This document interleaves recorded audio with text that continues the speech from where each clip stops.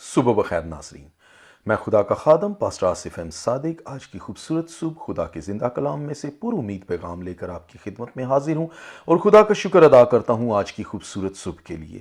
آئیے آج کی خوبصورت صبح کا آغاز ہم خدا کے زندہ کلام میں سے کرتے ہیں۔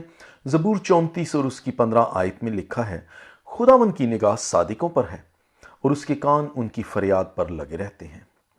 عزیزو، جو اپنے معاملات خدا پر چھوڑ دیتے ہیں، خدا کا ہاتھ ہمیشہ ان کی رہنمائی کرتا ہے۔ خدا پر بھروسہ کرنے والے کبھی شرمندہ نہیں ہوتے۔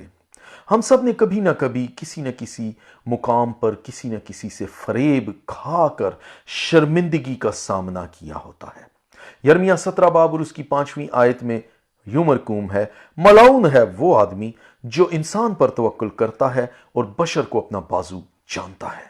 لیکن جب ہم خدا پر بھروسہ کرنا سیکھ جاتے ہیں تو پھر ہم شرمندہ نہیں ہوتے۔ اگر ہم رد کیے جانے، دھوکہ، فریب، نفرت، عداوت، حسد اور اس طرح کے دیگر معاشرتی تیروں سے گھائل ہیں تو یاد رکھیں کہ خداوند کی نگاہ ہمیشہ صادقوں پر ہے۔